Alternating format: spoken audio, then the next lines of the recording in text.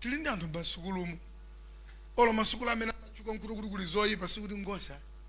machansa college mose muli anthu opewa makhalidwe acho maonekedwe acho oyipa kubwera mwana first year pachanko paja wodzichepetsa mpaka nakudzatuluka yefa bwino kutenga mapepala ake abwino kumabwera kudzanyaditsa makolo ake bwino omwe mmudzi mwetu ukhalamu sikuti ndi onse wasuta chambayi ayi nchali chimwe muno tili ndi anthu amene amapewa maonekedwe onse acho oyipa mukhoza kubweretsa ndalama zijapa timapereka zija osawerenga inu nosenu nkuchoka akhoza kuwerenga yekha osatengako ngakhale wanu kwacha alipo sikuti onse ngakubayi sikuti onse ngoyipa tili ndi anthu amene ayembekezera kubwera kwa Ambuye Yesu tili ndi anthu amene akabwera Yesu azipita kumwamba ambirimbiri tili ndi anthu achoti inu mukhoza umaona ngati amakufunani kumaona ngati mtsikana uyaoneka ngati ngopheka kuti amfusira nkukulola mudzerekeze mudzaone pamene mdzadze kuti tili ndi atsikana oti awupite kumwamba kumene akakukanireni mpamene mkwadze kuti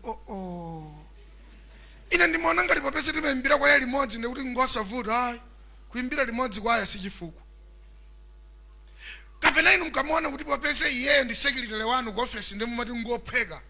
mukhoza kwangu muguguluzira mu ofesi mwenu mukerekeze mukabwera chokhumudwa tsiku limenelo pachoka kuntchito ndi pamene mkadziwire kuti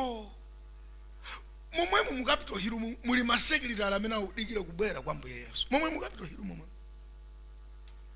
si wonse ayi oyika ntchafu pa mtunda si wonse ayi chifukwa mdzina la sekilitale no si wonse alipo masekilitale achoti bwana amadziwa kuti sekilitale uyu yonse ina naye maso adabwerera ntchito pano kumadziwa bwana ma 12 muja amakatseka mu ofesi amapita kula mchawa fellowship